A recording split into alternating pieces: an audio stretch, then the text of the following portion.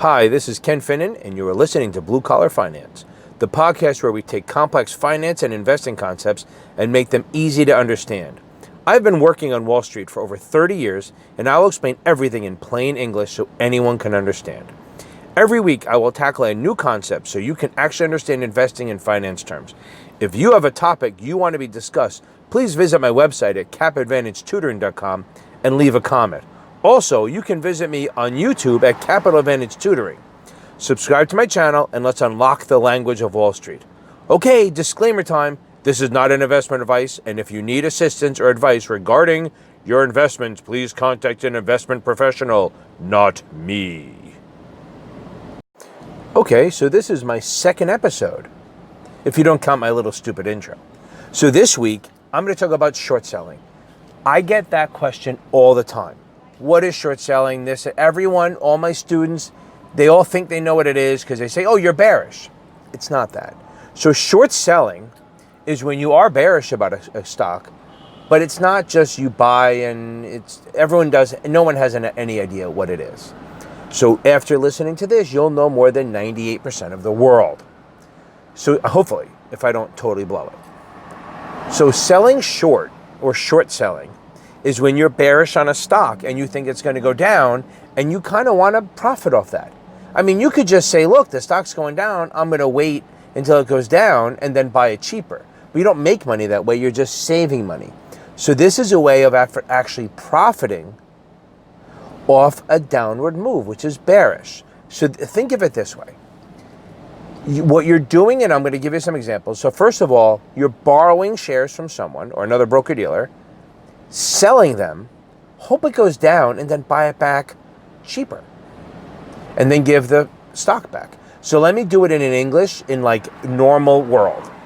So let's say I think iPhones are going to be oversaturated and they're going to go down in price. So what I do is I don't buy anything. I actually go borrow. I go to you and say, can I borrow your iPhone? So you lend me your iPhone, and then I go out and sell it for like $800. I now have $800 from selling your iPhone, which is pretty amazing. After I sell it and have my $800, what I'm going to do is I'm going to hope that it goes down in price. So I'm going to go look around and see if I can buy it for like $500 or $600. So I'll go out. I have $800 of your money, so I'm going to go out and try to find it. And then I find a phone for $500, the same phone for $500. Boom! I go pay the $500. I give you your phone back, and there you go. I just made $300 off your phone because the price is going down. Now, to be fair, in real world, what I just talked about was a felony because I'm selling something I don't own. But in Wall Street and investing in finance, this is a legitimate practice. And it's not frowned upon. Nobody hates them. We don't hate short sellers. It's just you're profiting off a down move. So this is what happens. First of all, you have to open a margin account, which one day we'll talk about that. You then say you think Tesla at $1,300 is too expensive. You think it's going to drop to like $700 or $800. So what you do is you go to your broker dealer and say, I'd like to sell short Tesla at $1,300. And they go, fine. So they look for it and they find someone who's willing to lend you the shares. You then borrow, say, 100 shares of Tesla. You then sell the shares in the open market at $1,300. So you now have $1,300 times 100. I can't do the math, so I'm not even going to try. It's probably very easy, but I'm not going to. So what's going to happen is you sell it at $1,300. You now have $1,300 times 100 in your pocket. Let's say it's 130 grand. Okay. Now, could be. I don't know. Now, you now have 130,000 sitting in your pocket. All of a sudden, bad news comes out, whatever it is, and then the stock starts to drop. All of a sudden, the stock's down now at 1,000, at 800, at 750. So now it's down at 750 a share. And you go, I like that. So you go buy it back. Now remember, you have $130,000 sitting in your account because you sold somebody else's shares. So now what you do is you go buy the shares at 750. And that's going to cost you $75,000. But you don't care because you have 130 already.